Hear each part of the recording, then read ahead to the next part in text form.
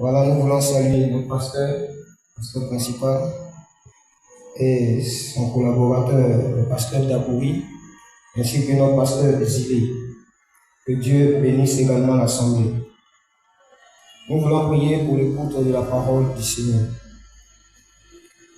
Seigneur, notre Père et notre Dieu, nous voulons ce soir écouter ta bonne parole et nous voulons te recommander toutes choses afin que, Seigneur, tu parles au cœur et que ceux que tu as attirés à toi ce soir soient sauvés en le nom puissant de Jésus-Christ. Amen. Alors, bien-aimés, ce soir, nous allons aller dans le livre de Jean. Jean, le chapitre 1er, à partir du verset 29, que je fais la lecture.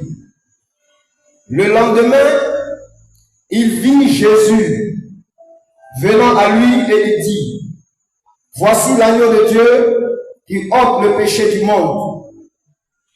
C'est celui dont j'ai dit, après moi vient un homme qui m'a précédé, car il était avant moi. Je ne le connaissais pas, mais c'est afin qu'il soit manifesté à Israël que je suis venu baptiser d'eau. J'ai rendu ce témoignage. J'ai vu l'Esprit descendre du ciel comme une colombe et s'arrêter sur lui. Et je ne le connaissais pas, mais celui qui m'a envoyé baptiser d'eau, celui-là m'a dit, celui sur qui tu verras descendre l'Esprit, descendre et s'arrêter, c'est celui qui baptise du Saint-Esprit. Et j'ai vu et j'ai rendu témoignage qu'il est le Fils de Dieu. Le lendemain, Jean était encore là, avec 2 de ses disciples. Et ayant regardé Jésus qui passait, il dit, voilà l'agneau de Dieu. Les 2 disciples entendirent prononcer ces paroles et ils suivirent Jésus. Amen. Alors, bien-aimés, ce soir, j'aimerais m'entretenir avec toi sur le thème suivant. Voici l'agneau de Dieu qui ôte le péché du monde. Nous allons essayer de faire 4 définitions. L'agneau ôte péché et monde. L'agneau, c'est un animal, c'est le petit du bélier et de la brebis, généralement âgé de moins d'1 an ou 1 an tout au plus.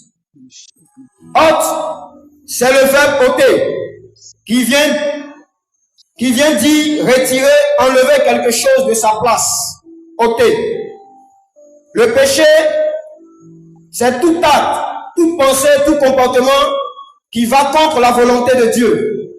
C'est de transgresser la loi de Dieu, de désobéir à la parole donnée de Dieu. Le monde, comme nous le savons, c'est d'abord l'univers, la planète Terre, le globe terrestre, là où nous sommes actuellement. Mais ici, selon notre contexte, le monde, c'est l'ensemble de tous les êtres humains, sans exception et distinction. Tous ceux que Dieu aime et veut sauver. Alors, bien aimés, nous sommes ici dans un contexte, dans le début du ministère de Jésus. Il y avait un homme qu'on appelait Jean-Baptiste. Lorsque les gens lui demandaient « Qui es-tu » il se présentait lui-même comme étant un envoyé de Dieu qui invite les gens à préparer leur cœur, de se repentir pour recevoir le Christ, celui qui venait après lui. Il témoignait de Jésus, mais il n'avait pas encore vu Jésus physiquement. Mais il parlait de Jésus, il témoignait de lui. Le Dieu qui a envoyé Jean-Baptiste a donné un signe à Jean-Baptiste. Tu verras un homme sur qui tu verras descendre le Saint-Esprit sous une forme corporelle. C'est lui qui baptise du Saint-Esprit et de feu. En d'autres termes, Jean-Baptiste pouvait comprendre que c'est lui le Fils de Dieu. C'est lui aussi le Messie. C'est lui le Seigneur des Seigneurs. C'est lui l'agneau de Dieu. Après avoir identifié Jésus, parce que fait baptiser auprès de Jean-Baptiste. Et Jean-Baptiste a vu effectivement la colombe descendre sur Jésus sous une forme, le Saint-Esprit descend sous une forme corporelle. Et il a attesté, il a confirmé que c'est lui, Jésus, l'agneau de Dieu. Donc Jean-Baptiste a reconnu Jésus à travers de ce signe que Dieu lui avait donné. Le lendemain du baptême de Jésus, Jean-Baptiste était là quelque part avec ses disciples et des gens certainement autour de lui. Et Jésus passait. Et il présente Jésus à tous ceux qui étaient autour de lui. Il dit, voici l'agneau de Dieu qui ôte le péché du monde. Voici comment Jean-Baptiste a présenté Jésus à tous ceux qui étaient là autour de lui. Il présente Jésus comme la réponse de Dieu au problème le plus important et le plus urgent de l'homme à résoudre, à savoir le péché. En tant qu'être humain, si on pose la question à un homme, quel est ton problème le plus urgent? Certainement, c'est le logement, on veut construire des maisons, on veut avoir la santé, on veut être guéri de telle et telle maladie, on veut se marier, on veut avoir l'argent. Et c'est normal. C'est normal, nous sommes des humains. Voici ces différents problèmes qui sont urgents pour nous et nous aimerons que cela soit résolu le plus vite possible. Mais pour Dieu, quand il regarde le monde, quand il regarde l'univers, tous les hommes qu'il a créés, toutes ces choses, c'est bien. Mais le problème le plus urgent et le plus pressé de Dieu qu'il doit résoudre, c'est le problème du péché. C'est pourquoi il envoie Jésus comme la solution pour répondre et solutionner ce problème. C'est pourquoi Jésus est l'agneau de Dieu qui ôte le péché du monde. Pourquoi Jean-Baptiste voit Jésus passer et il présente Jésus comme étant l'agneau de Dieu? Jean-Baptiste appelle Jésus l'agneau de Dieu. Cette présentation est un message qui détermine la raison de la venue de Jésus dans le monde, l'objectif et la mission du Père pour le rachat et la libération des hommes. Quand nous regardons l'histoire des enfants d'Israël, Dieu avait instauré une loi pour les sacrifices d'expiation, un sacrifice pour le pardon des péchés que Dieu avait instauré avant pour les enfants d'Israël. Et selon cette loi, ils devaient prendre un animal selon la faute commise et l'offrir en sacrifice pour le pardon de leurs péchés. Dans d'autres cas, le sacrificateur prenait un agneau sans défaut et celui qui a péché mettait sa main sur la tête de l'agneau et après l'avoir égorgé en mettant le sang sur l'autel et en brûlant l'animal, et cela plaisait à Dieu et ils obtenaient le pardon de leurs péchés. Il est aussi représenté comme l'agneau pascal en rapport avec la Pâque de l'Éternel. Quand Dieu devait exercer son jugement sur l'Égypte, il invite les enfants d'Israël à prendre un agneau sans défaut, à le tuer, à l'égorger, à prendre le sang de l'agneau, à mettre sur les poteaux et les linteaux des portes, qui sera pour eux un signe qui va les sauver de la destruction et de la mort. Et après, l'agneau était rôti, c'est-à-dire qu'il n'était pas bouilli au feu avec de l'eau, de l'huile, tout ça. Il était simplement rôti et les gars devaient manger ça rapidement avant qu'il ne fasse jour. Et cette nuit-là, Dieu a frappé l'Égypte. Et depuis les premiers-nés des hommes jusqu'aux animaux, et Dieu a exercé un jugement terrible sur les dieux égyptiens. Mais le sang de l'agneau avait empêché à la mort de rentrer dans la maison des enfants d'Israël. Le sang les avait préservés de la mort. Ces agneaux n'étaient que l'ombre et l'image de Jésus, l'agneau de Dieu qui vient pour ôter les péchés du monde et sauver la vie des hommes contre le jugement de Dieu. Voilà la raison de pourquoi Jean-Baptiste présente Jésus comme étant l'agneau de Dieu qui vient pour ôter les péchés du monde. Disons maintenant, comment est-ce que le péché puisqu'il est question de venir ôter le péché du monde. Comment le péché est rentré dans ce monde? Qu'est-ce qui s'est passé pour ceux qui ne le savent pas? Comment le péché est arrivé aujourd'hui à rentrer dans le monde? Tout a commencé, bien aimé, par nos premiers parents. Nos premiers parents, Adam et Ève, à qui Dieu avait donné un beau jardin à cultiver et à prendre soin. Et Dieu n'avait pas créé des robots, mais il avait créé des humains qui avaient un corps, une âme et un esprit. Il avait donné à l'homme l'intelligence et le libre arbitre de pouvoir décider de ce qu'il veut et de ce qu'il ne veut pas. Et dans ce beau jardin, Dieu avait planté un arbre que la Bible appelle l'arbre de la connaissance du bien et du mal. Et beaucoup disent que c'est l'arbre-là qui était le péché. Donc déjà le péché était dans le monde. Non, l'arbre n'était pas le péché. L'arbre était un test d'obéissance vis-à-vis de l'homme envers son Dieu. Donc l'arbre n'était pas déjà le péché dans le jardin d'Éden. Mais le péché est venu à partir de la transgression. Lorsque tu désobéis à la voix de Dieu, c'est là le péché vient. Donc le péché est rentré à partir de la transgression de la loi de Dieu. Il était interdit à l'homme de toucher ou du moins de manger à l'arbre de la connaissance du bien et du mal. Et l'homme a décidé lui-même de manger en désobéissant à la volonté de Dieu. Donc voici comment le péché est rentré dans le monde. Le péché est venu par la désobéissance et la transgression de l'ordonnance que Dieu avait donnée. Et sachons-le bien que ce n'est pas sans conséquence. Dieu avait dit que si vous mangez à ce fruit, si vous désobéissez à ma parole, il y a des conséquences qui allaient suivre. Et les conséquences du péché, bien aimé, sont terribles. Ce jour fut un jour sombre pour l'humanité. Dieu avait prévenu les conséquences énormes et terribles. Le péché a engendré la mort. Dieu avait dit le jour où vous mangerez de ce fruit, vous connaîtrez la mort. Et quand l'homme a mangé, la conséquence immédiate était la mort. La mort spirituelle, la séparation de Dieu avec l'homme. L'homme a été séparé spirituellement de son Dieu.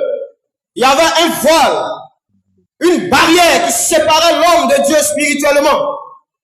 Et aussi, cela a touché le corps, qui est la mort physique.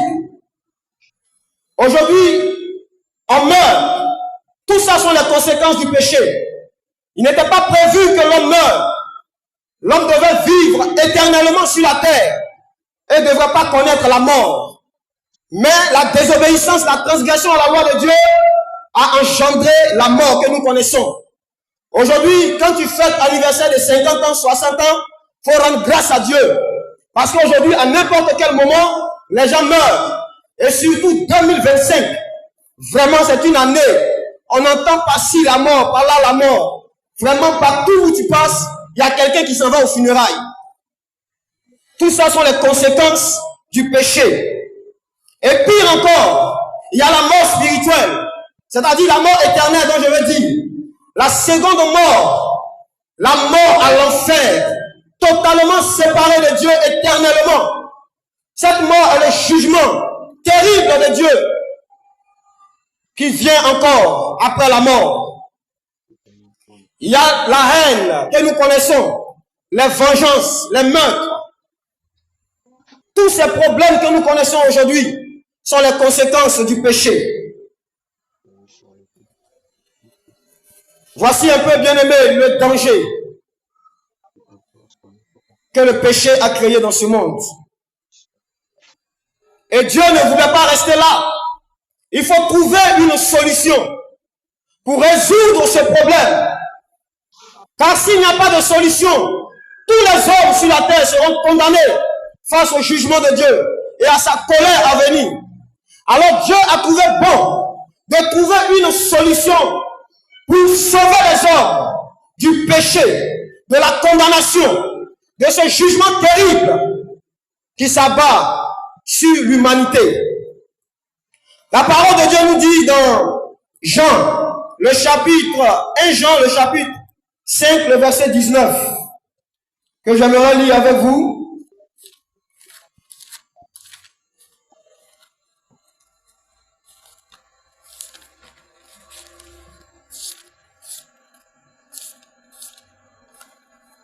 Si quelqu'un le trouve avant moi, il peut lire la parole du Seigneur.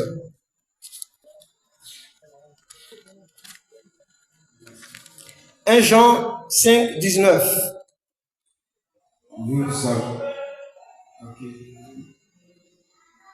Allons-y, maman.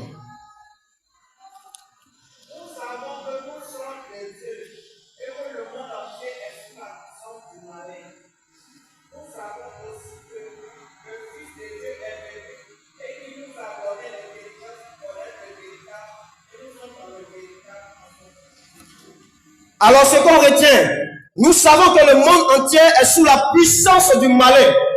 Le monde entier, passant par l'Afrique, l'Asie, l'Europe, partout, est sous la puissance du malin, c'est-à-dire de Satan. Et il domine le monde par le pouvoir du péché. Tous ceux qui sont dans ce monde et qui n'ont pas Jésus sont sous la domination et l'esclavage du diable, de Satan. Parce qu'il domine ce monde par la puissance du péché qui rend des hommes esclaves, qui rend des hommes liés, enchaînés. Et plusieurs dans ce monde sont sous ce poids satanique, sont liés par le pouvoir du péché, ne peuvent pas être libres, sont emprisonnés. D'autres dans l'alcool, tu le vois, ils boivent, ils commencent à dandiner, aller par-ci, par-là. D'autres ont plusieurs copines dans leur vie et ils sont comme pour eux des champions. Ils sont forts. D'autres vivent dans la haine, dans la violence, dans la méchanceté, dominés par la puissance de Satan. Et plusieurs sont liés par le péché. C'est ce qui détruit l'homme. C'est ce qui détruit la vie de l'homme. Et personne ne peut être libéré de ce pouvoir. Personne ne peut être libéré de ces chaînes, de cette puissance. Car c'est Satan qui pilote ces choses dans la vie des hommes. Il faut que Dieu lui-même puisse venir à ton secours. C'est pourquoi Dieu a décidé de trouver la solution parfaite et efficace, définitive, pour résoudre le problème du péché, pour détruire sa puissance par la racine. Car les sacrifices des animaux étaient imparfaits, ne pouvaient pas résoudre le problème du péché. Il fallait les renouveler chaque année. Toutes les fois que les gens péchaient, il fallait renouveler le sacrifice. Et chaque année, le souverain sacrificateur devait offrir encore des sacrifices pour le peuple d'Israël. Il fallait répéter et répéter et répéter. Parce que ces sacrifices ne sont pas efficaces pour résoudre définitivement le problème du péché. C'est pourquoi Dieu lui-même a pourvu l'agneau du sacrifice. Alléluia.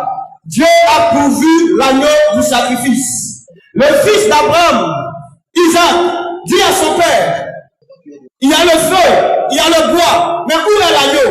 Et Abraham était un homme de foi. Il dit, Dieu se pourvoira lui-même l'agneau.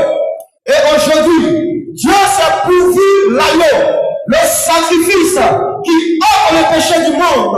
Jésus-Christ est l'agneau de Dieu qui vient pour briser, pour détruire, pour anéantir le pouvoir du péché. Personne sur la terre ne peut ôter le péché. Aucun sacrifice que tes parents ont fait, aucune religion là où tu te trouves, aucune religion rituelle ne peut te libérer du péché. Il faut que Dieu lui-même envoie l'agneau du sacrifice pour sauver les hommes. Et l'agneau a été immolé. Jean 19, le verset 18. Il est allé avec son sang. Jésus a été crucifié sur la croix. Son sang est versé. Il a été maltraité. Il a été brisé. Et son sang a coulé.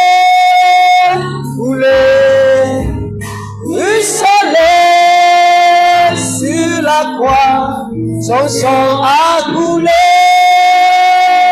coulé pour nos péchés. Son sang a coulé, coulé, ruisselé sur la croix. Son sang a coulé, coulé pour nos péchés. Son sang a jailli, jailli, ruisselé sur la croix. Son sang a jailli, jailli pour nos péchés. Merci beaucoup. Alors ce soir, cher invité, toi qui es là pour la première fois, j'aimerais t'inviter avec ta propre décision. Si tu veux accepter Jésus ce soir, tu peux lever la main pendant que tout le monde a les yeux fermés, la tête baissée. Tu peux lever simplement ta main et nous allons prier pour toi. Et ce soir, le Seigneur va pardonner tes péchés, il va rentrer dans ta vie. Veux-tu accepter Jésus? Lève la main et nous allons prier avec toi. Lève simplement la main. Voilà, c'est bien. Que Dieu te bénisse. Lève la main encore, toi qui es là, ne te retiens pas également. C'est un temps de grâce. Je te raconte cette histoire pendant que tu es assis. Il y avait un coiffeur qui a reçu un chrétien. Et le coiffeur dit, vous votre affaire de Dieu là, vous dites que Dieu est bon. Mais pourquoi Dieu permet tous ces malheurs et tous ces problèmes sur la terre? Et vous dites que Dieu est bon.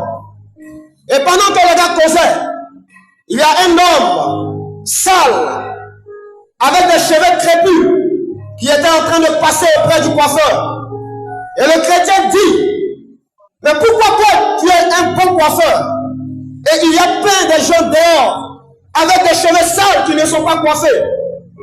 Et il dit au frère, mais c'est parce que ce monsieur ne m'a jamais donné l'occasion de le coiffer. Il ne m'a jamais donné l'occasion de le raser. Et c'est pourquoi le chrétien va dire au coiffeur, c'est pareil, la grâce est là. Mais les hommes ne donnent pas l'occasion à Dieu de les sauver, de pardonner leurs péchés. Tu fais bien de lever ta main. Vous qui avez levé vos mains tout à l'heure, tenez-vous debout encore s'il vous plaît. Tenez-vous debout. Alléluia. Je vais prier avec vous. Et vous allez répéter après moi ces paroles. Juste pour vous aider à prier. Mais après cela, vous allez rencontrer encore un responsable qui va s'entretenir avec vous. Alors répétez après moi. Seigneur Jésus, je te demande pardon ce soir pour la vie que j'ai menée sans toi. Je prends cette décision de venir à toi afin de faire de toi mon sauveur et mon Seigneur. Reçois-moi dans ta maison, au milieu de tes enfants. Je décide de faire partie de ta maison à partir d'aujourd'hui et tout le restant de ma vie. Au nom de Jésus, Amen. On peut acclamer le Seigneur pour ses bien-aimés. Saluez-les à ceux qui sont auprès d'eux. Souhaitez-les la bienvenue dans la maison du Seigneur. Voilà, tout à l'heure, quand nous aurons fini, le frère Abro, regardez derrière vous, le tonton qui a levé la main. Voilà, voyez-le après. Il va causer encore avec vous. Merci beaucoup.